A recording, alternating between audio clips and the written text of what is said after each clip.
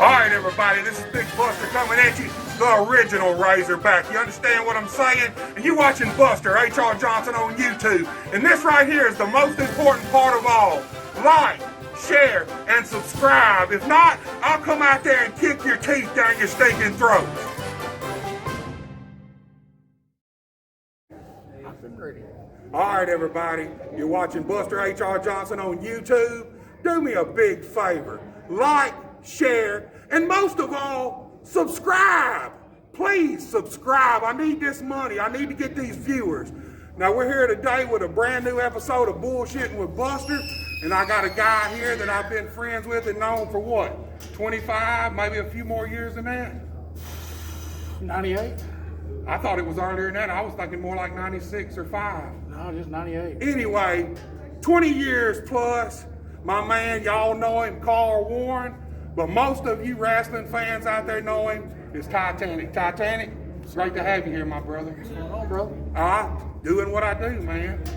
Yeah, I be liking your videos. I need people to like them. A lot of people watch them, very few people like them. I mean, I've only been watching some of these ones that you've been posting here lately. Like, I've been wrestling Jerry Lawler. I wrestled JBL. But I got my first win on USWA. Oh, well, you know how that is. If I ain't going to put myself over, who's going to put me over? Well, there's plenty of matches where I put you over. I think there's a few where I put you over. Once. Yeah, that was the only concussion I ever had. Well, look, let's get this thing started. First of all, tell everybody out here what you've been up to, man. Nothing. Absolutely nothing. Have not been in the ring since. Well, I did a little thing with Freezer in 2015, but really being in the ring since 2009. You know what? 2009 was. I wrestled a few matches in 2009. Was the last time I've been in the ring too. Now I did promote some shows. I've seen some of the shows. Yeah. I did some shows in Manila, Lepanto, where I think the lowest crowd I had at the time was like 200. Whoa. Manila was like 5. That's a good crowd. You know, and that would be possibly gonna, it's, you know, the 500 people almost got to see it. It's got all. Yeah, I remember you telling me we did your podcast a few months ago. And, you know, and then we did, me and my sister came and did the shows here in Faribault. We did one in Corning. And, I don't know, it's just a conflict. And people didn't know anybody. Yeah. And when you're guaranteeing to pay you guys this amount of money, and you ain't bringing in that amount of money. Yeah, exactly. It makes it tough. Yeah, it's tough. People don't realize that. It's one thing to come out here and wrestle, to be a wrestler. It's another thing when you go on the other end and you start trying to promote shows. Try to do business because, you know, I think I'm trying to put a business out there, but I think it's lost like $10,000 in 3 shows. I can't even imagine that, man. Any show we ran, we always run on the shoestring budget. Every bit. Well, I tried that when I was running, and it worked out for me because if the crowd was there, the guys found out in the long run. Yeah. I made sure they were taken care of. Well, see, that's the problem. There's no commissioner now. So when the crowd's good, the boys' money should go up. But from what I'm seeing, staying the same. Yeah. And everybody, all promoters' excuse was, well, the commissioner's got to get their cut. Well, there ain't no commission now. So when the crowd's good, the boys ought to see a little bump in their envelopes, you know. You know, the show that I did in Manila, I took and paid the commission. I even paid, this is the deal I made, to try to get in there every month in Manila. Manila, yeah. I told them I'd give them a third of my door. Ooh, that's a pretty good deal, especially if you draw a good crowd. I took them a $330 check. And things happen. Not gonna bring any names up because people do come over here and wrestle. But I feel like it's water under the bridge, and it didn't work out. But You know as well as I knew it was there. I mean, I knew what I was doing. Yeah. I mean, I was taught. You know, I wrestled under, you know, I learned under Molly. I learned under Mo. I learned under Dog. Yeah. Anywhere I went, if it was somebody that I knew had real experience, Yeah. I really got in their head and tried to see what they do different than anybody else. And I just kind of put it all together. I mean, I feel like I did good. I mean, they were great. I had a great talent. Man, 200 people crowds, 500 people crowds, pretty damn good. Look, I mean, everybody out here right now is still fighting. Everybody's fighting for the same crowd, 60 to 100 people. If they're lucky, a few more. But, you know, I'm anxious to see the days come back where there's 200, 300, 400 people in a crowd on a regular basis. You know? Well, you know, before COVID, Arkansas was saturated with wrestling companies. Well, you know, that's another problem, I think, too. I think there's a point when there's too many. I know at one time between Memphis up to here, over in Missouri and around Dyersburg, on one night I counted like 13 shows. Yeah, it's like that, man. I live in Tennessee now, and I would say between Dyersburg and Tiptonville, at least 4 to 6 shows, you know, between them two, that span a highway right there. And then if you go on down towards Memphis, I know there's some shows running on the weekends there too. So a lot of shows out here, a lot of wrestling going on. She got her sunglasses on. Yeah, she's my cool one, see. That's my brand new mullet right there. She got that hair I wish I had, Titanic. That's hair I used to have back Oh, I in the day. know. Now I can't grow hair. Well, look, tell these people, Titanic's one of the wrestling local guys. We do have Wrestling with Locals podcast. We also have a Facebook page, Wrestling with Locals. We also have a YouTube page. YouTube page. Don't have as many subscribers as him. But I mean, I don't really do any of the videos and stuff like that. What you need? I leave that up to Divine and all that. Divine, now hold on. He calls himself Divine. I know him as Biscuit now. I know him as Biscuit. So, but I'll tell you what, I listen to a lot of the stuff. I like it.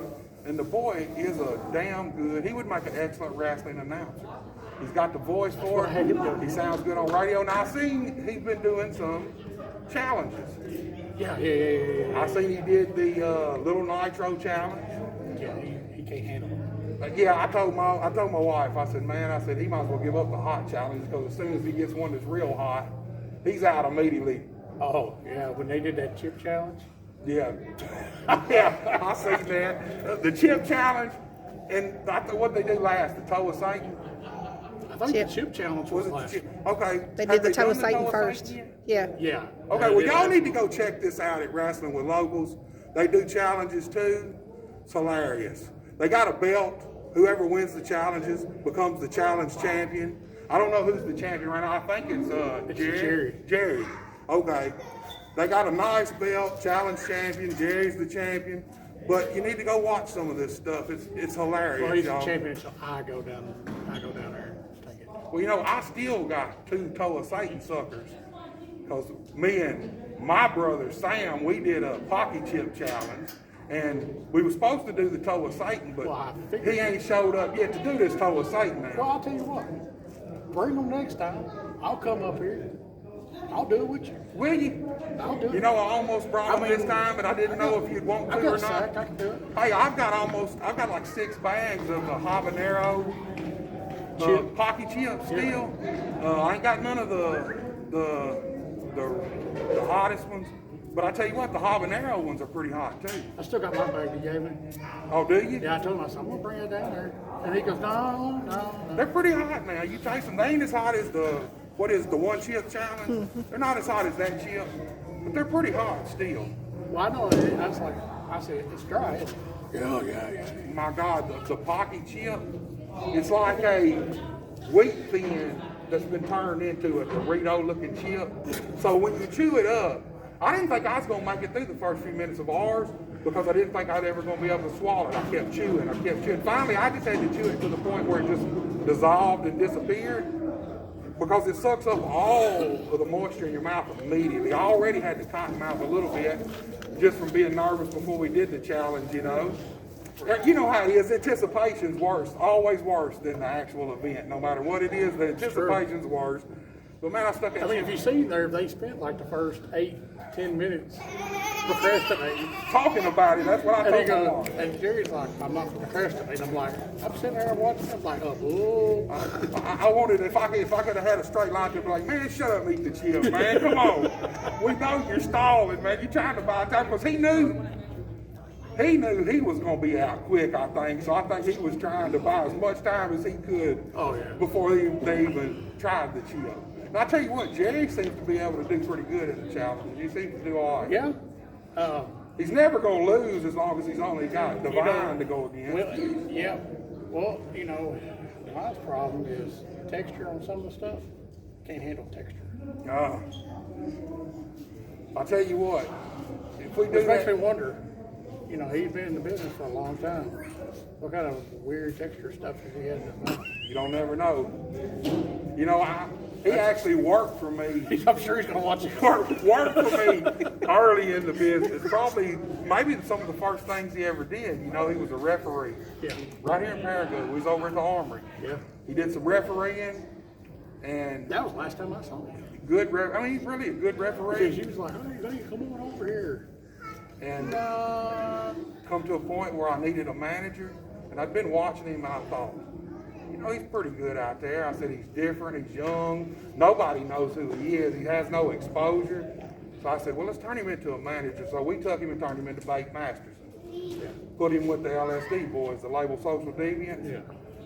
Excellent job, man, an excellent, I think if he would have stuck with the manager thing, I think he would have probably done all right, done real good, because he can talk, and he's not shy out here. He's not shy in front of the people. He's a good kid. Of course, he's a grown man now, but when I know him, he was a kid, you know. Well, look, let's get back to wrestling. Tell me something. Let me tell you, okay. So, somebody sat down that's across from us, and I've known him since he was like a little kid. He used to wear a mask and run around. Called himself the Patriot. Oh! And we was in Jonesboro. I had no damn clue that was his family. Brody J. Now he walks around called Bud Light. Yeah, Bud Light. Hold on. You can't say Brody J without saying Bud Light first. I think if you don't watch out, he's going to drop the Brody J and just be Bud Light, period. You know what I mean? As long as he tosses a couple over this one, I don't care. You know, that's my favorite. Well, you know, I did an interview with him a month and a half or so ago, last time we were here. Yeah, I know the views went down. Man, they went so down. Oh, God. Man, God. But what he done, he brought out some Bud Light. He said we had to start the show with the Bud Light, you know. Open up, drank a little bit. And then guess what he done? Once he got a few beers in him, got a little Bud Light coffee, he put me on the spot. Oh, that's it. He put me on the spot. See, I'm still working, debating on this comeback thing. And I guess he's got it in his head that he thinks he wants to step in the ring with the Hellraiser. I mean, you know something about that. You got any advice for this dude? No, you don't. You heard that? You definitely don't. It's all fun and games until you get in the ring with the Hellraiser. Till you hear them Hell's bells? I will tell you this. That's right. Till you hear them Hell's bells, it's all fun and games, son. Man, that ain't even no fun. Ain't funny at all. Where was that?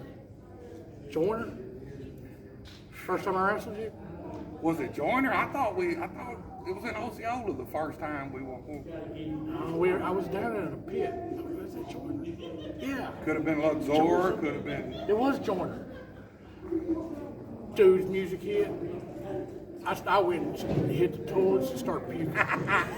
Cowboy and Lightning sitting there laughing at me, making fun of me. It's okay, kid. It's going to be all right. He's going to take care of you. It's just going to be. Have you ever been in a bar fight before? I'm a kid. I don't know no better. Well, I tell you what, though, you earned my respect because it took a lot of ass. I was really extra stiff with you compared to what I normally would be. Go ahead, tell the whole story. Oh, well, I'm just saying, you know. Tell the whole story. Dog came to me and he told me, he said, look, he said, of course your daddy used to come to the shows all the time. He did until I turned And you've been wrestling, I want to say, 3 months maybe not that long, maybe a little longer, I don't know. But apparently your daddy come to Dog and he told Dog, he said, look, he said, it's time for you to put him in there with someone's going to rough him up. I want to see what he's got. So guess who got that call? I got that call. And Dog told me, he said, look, he said, I know you're still as hell already, he said, but go out there and be a little extra with him. Just see what he's going to do. See if he'll quit, see if he'll come back. Just see how he handles it. And I have to say, he took every ass whooping like a champ. Sure did. I remember the night that we were supposed to, this didn't make no sense to me. And of course, you know, you knew it didn't make no sense. But they were talking about me going over in Gosden. And he's like, no, it'll mean more if they do it in Osceola. Yeah, I mean, I'm a firm believer in that. It was probably one of the, you know, we didn't run Gosnell, but once every 2 or 3 months. You know, and then there was a little spell in there that Gosnell's a place where they had to cut the hole in the ceiling, right? Yeah. Okay. Yeah, we had a little spell where we run Gosnell pretty regular for maybe a span of 6 months, you know. I'm thinking we went there about once every month and a half for a few shows. But yeah, me and you wrestled each other. Osceola, Joyner, Luxor, what other town in between? Bardell. Bardell. Hey, you're getting cute, homie. Oh, well, I'll get my glasses out of the way before she gets them. You might ought to get your Better phone. get my phone because you'd probably be disturbed if you see what's on my ain't phone. above stomping on something, I'll tell you that. Well, look, since we're talking about Osceola, we're talking about matches, I want to know, how did you actually get into the business? What prompted you from being a fan to making the move? Did you contact Dog? Was Dog the first contact you had in the business or what? I never talked to him. I was actually here in this building, the B.C. Lloyd building, at Tommy Rich's birthday bash. Okay. I don't know who put the show on. I was in high school. And PG-13 was here, Mabel was here, Sid was here, of course Tommy Rich, a bunch of other guys. And we were here, it was on a Thursday night. But we left, me and my buddy, we left, we went home. And I was like, where's Dad at? I mean, it was late. Yeah. For my dad to be out that late, Yeah. it was late. And she's like, oh, he went to an auction. I was like, that is the weirdest thing in the world. My dad at an auction. So he showed up and I was like, what are you doing at an auction? He's like, there's something I need to talk to you about. So I'm trying to sit there, I'm trying to figure this out. I'm 18 years old. Oh, was you actually 18? I was 18. I had it in my head, you probably broke in a little earlier than that. And he goes, and I'm like, now what's an auction and me got to do with common? I never understood when I went to an auction anyway. So I don't have no reason to know anything about an auction. So, son, you ever had a chance to be a wrestler? Would you do it? Sure would. All right, we're going to find out Sunday. Oh! I was like, what? So he told me, I just went to talk to Moondog. Moondog. You finna get them I chairs. said, Moondog's fine. I was like, so yeah, that's exactly what's going through my mind. Like, training with him. All you see is visions of Channel 5 in the morning. Boards. Yeah. Like, wow, that's going to be weird. So I went to school. I was like, I want to try out to be a wrestler. And all my friends were like, oh, really? Oh, that's cool. That, blah, blah. Yeah. So Sunday came around. I found me some sweats. Took me I wore a hoodie. I showed up. Subway Bobby was there. Frankie Tucker. Dog. And that's just running around the building. And I go in there. Hi, my name's Carl. Dog calls me Paul all night. All right, Paul. I think that's your new name on this from now on here. The rest of the interview, you Paul, man. So I turn around. He's like, and you answering to Paul too, ain't you? Well, yeah. Yes, sir. Yes, sir. Yes, sir. My dad's like, hey, boy, I ain't seen you so your manners so much. I was like, Daddy, you remember, you watch Channel 5 wrestling? That man be beating people. He be beating on them. Look around, and every chair in the building's got dents all in it too. So he has them do like a side slam. And he's like, get in there and try one. So I get Subway Bob. And he was a pretty hefty fella. Yeah, he's a pretty good sized guy. And of course, I have no clue about anything about the business. Yeah. Except watching it on TV. I don't know how this stuff works. I'm like, how am I going to pick this big boy up? All right, well, okay, so I click it to me. I get a side slam, but he hits his head. So he's at me, we're sitting there, I'm like, dude, you all right? Blah, blah, blah. Really kind of, I'm worried about it. And he's like, yeah, I just hit my head, it's all right. And the dog's checking on him, you all right? Oh, yeah. So Frankie's turn. Frankie comes over and he goes, don't drop me on my fucking head. So I turn around, I somehow, I don't know how I did it, I got him elevated up to here, and I came down. And the dog jumped. And he was like all excited on it. He turned around on that. Frankie goes, but it was cool, man. He's like, I did those things, and he goes, what do you think? I want to do it. So him and Dad go in the back, talk money, and then Dad's like, all right, every 2 weeks I'm going to give you some money and you're going to take it to them. Yeah. It'll be towards your thing. Tuition, yeah. And it was $2,500. Yeah. My dad paid $200 down, and I paid $50 every week. And then when I got a job, those checks from Dad stopped, so I had to pay for it, which I thought that was just rude. So you got me into this. You know how you should pay for it all. Exactly.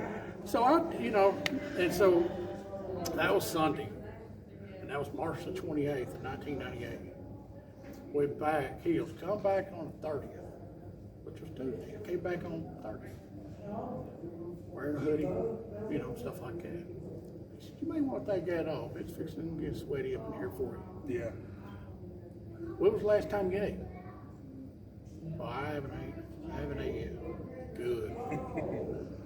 So he got me in there, started doing headlock takeovers, started doing hip tosses, started doing arm drags, stuff like that. Well, I'm eager. I just wanted to know. Yeah. And so things kind of just started chilling out. Guys started leaving. So I was like, hey, what's this like? What's the difference between a sleeper coat and a shoot sleeper? Beth, go get my knee pads. So he'd get them, put them on, and we'd get up and bring. And he'd sit there and he'd put me in this stuff, and I'd be dropping down. And I'd just sit there and I was like, I just want to know, blah, blah, blah, blah, blah, blah. I just kept on asking. And I was like, I'll be back tomorrow. And he goes, I'll see you next week. He said, if you can come to shows, you can come to shows. I was like, all right. I said, where y'all at Saturday? I'll come by, I'll help put the ring up. Yeah. Yeah, that's all part of it there. I offered, he never told me I had to do it. But I would go do it. And so I turned around, I went and I think it was Lake City. I helped them put the ring up and got in the ring, played around a little bit with James Lee. Yeah, he was a baby then. Yeah, he was a little kid. But I will tell you some of the shit that he used to do to me when he took my bag one time. He took my belt. I was tag team champions with Lightning for a year. Start panicking. I can't find my bag. I can't find my belt. You forget your ass in trouble. Come Oh, back I know. now. I'm on the verge of crying because I know the man looks like Santa Claus. But man, I've seen him mad. So I'm sitting there, and I go out without my belt. Come here. Where's your belt there? I don't know. I was like, I didn't know where it was at. But I got a feeling I know where it's at now. I said, I think it's in my bag. And he goes, where's your bag at? And I was like, well, I didn't know until I took a bump in the ring and looked up, and there it was, hanging from the rafters. Oh! Man, I don't know if it was I think it was Cowboy when he was champion for a while. McClarty got his belt. I think it was McClarty. He hit it in the freezer. You know, in the back dressing room, they had that freezer back there. He hit that sucker in the freezer, covered it up with whatever was in there, man. And Cowboy's looking all over for this damn belt everywhere. And he's starting to freak too, you know, but he knows somebody's ripping him. Right. So finally he finds, I don't know if he found it or if they finally had to give it up to him. But man, when he pulled that belt out, it was frozen solid, man. The metal on it, you could touch it and your hand would stick to it. Hilarious stuff, man, hilarious. The Titanic, she's giving me the wrap-up key, the wrap-up cues, because uploading shit on YouTube, if it's any more than 30 minutes for me, I don't know if it's my computer or whatever. You still working from the dial-up? No, I got whatever the new shit is, but it just takes forever. It's so operator error. I tell you what I want to do. Before we get off of here, I want to do a word association. I'm going to give you a name. You can give me one word, or you can give me what you need to. Okay. But I want to ask you right now, I'm coming back here May 1st. And I just don't feel like we got even close to what we could get into. Oh, yeah. So why don't you think about coming back on May 1st and let's do it 30 more minutes. That's fine. Is that cool with you? That's fine with me. All right, first word. Hey, they're turning music on. So. Can y'all turn that off for a second, please? Just a second. Thank you. He's paying big money for this interview. White Lightning. Best tag partner. Best tag partner, okay. Taught me a lot. Dale Troutman. Pain in my ass. Pain in your ass. Motley Cruz. Hell of a teacher. Hell of a teacher, yeah. Motley's one of the first dudes that took me under his wing and he took me in the ring and slowed me down more than anything else. Because, man, I was boom, boom, boom, boom, boom, non-stop, not 90 to nothing. Learned a whole bunch from Motley. Yeah, I would. He pulled me up underneath his wing, and we started doing a bunch of shows in Memphis and fraternity houses and stuff. And so I instantly knew, I was like, okay, I'm working with Molly. And so I'd go to him one night, I said, how we going over tonight? He goes, who the hell are you to think that you're going over? I said, the Extreme Infant. And he's like, I don't care. I forgot about that. See, that's something we need to get into on the next 30 minutes right there. You need to hold that right there because I did forget all about that. Let's go on. Moondog Spot. One of the best wrestling minds in the business. Truthfully, that's an honest statement. He don't get nowhere near the credit he No. deserves for being as smart to this business. The whole business, not just in the ring, but out of the ring, everything. Psychology, genius. Yep. Genius. You'd never think that unless you work with him. Genius. Last one, Big Daddy LaFonce. Honest opinion.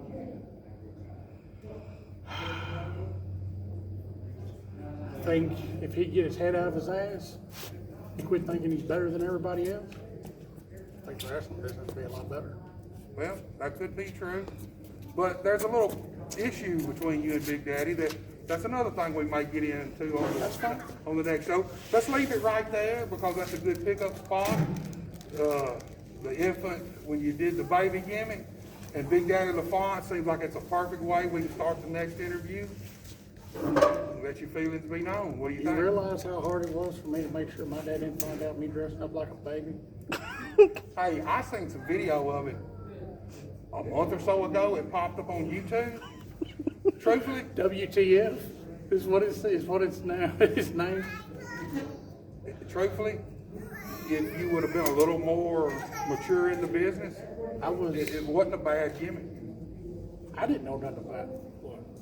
I just wanted to wrestle. I got dog in LaFont's fire. I want smell. Because I had a big mouth wife. And so I went over and I wanted to wrestle. He said, "We'll come back in 2 weeks." So I go back. I went back next week. And then I went back the week after that. And then I was like, all right. And he goes, "I got this gimmick I want to try." Okay, so he tells me about it. So this woman ended up making me a diaper. But we didn't have it ready. So they took a sheet and Tasha just set it out on the floor. And I'm laying down on the floor and Tasha starts tying this thing up to me. And I'm wearing a pair of black trunks.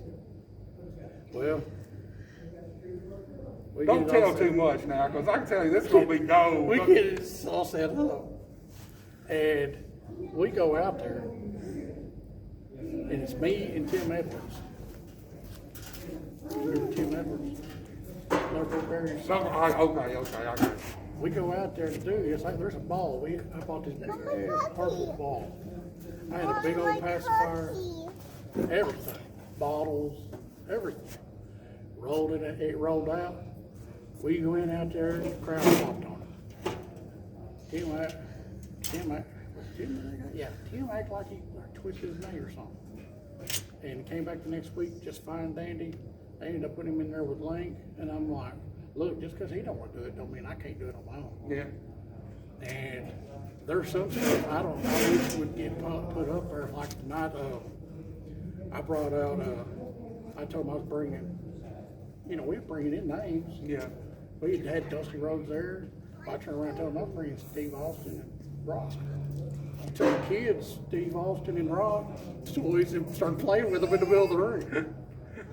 And I was teaming up with Big Red. It wasn't even supposed to happen. Yeah. And we ended up as the tag team champions.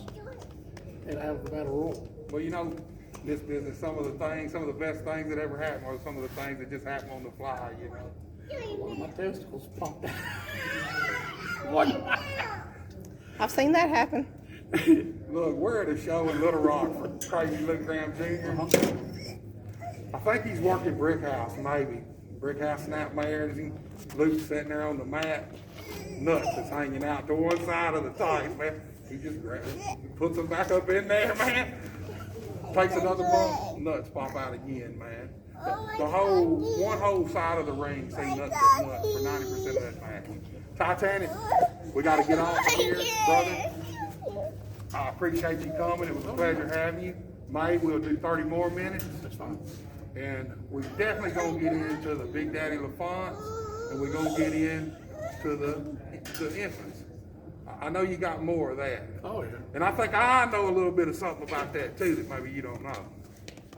I don't know, but anyway, y'all, it's a brand new episode of Bullshitting with Buster, my man Titanic. Look, do me a favor, like, share, and subscribe, damn it!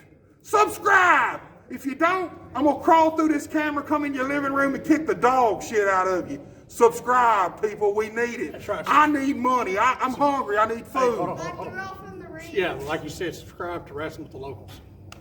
I didn't say that, but yeah, subscribe to Wrestling with the Locals too, but subscribe to Big Buster first. Buster H.R. Johnson on YouTube, and that's it. We're out of here.